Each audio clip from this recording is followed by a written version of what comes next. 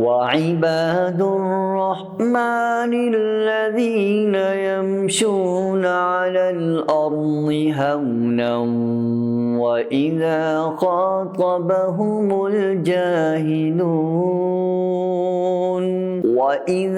خاطبهم الجاهلون قالوا سلاما والذين يبيتون لربهم سجدا وقياما والذين يقولون ربنا اصرف عنا عذاب جهنم إن عذابها كان غراما إنها ساءت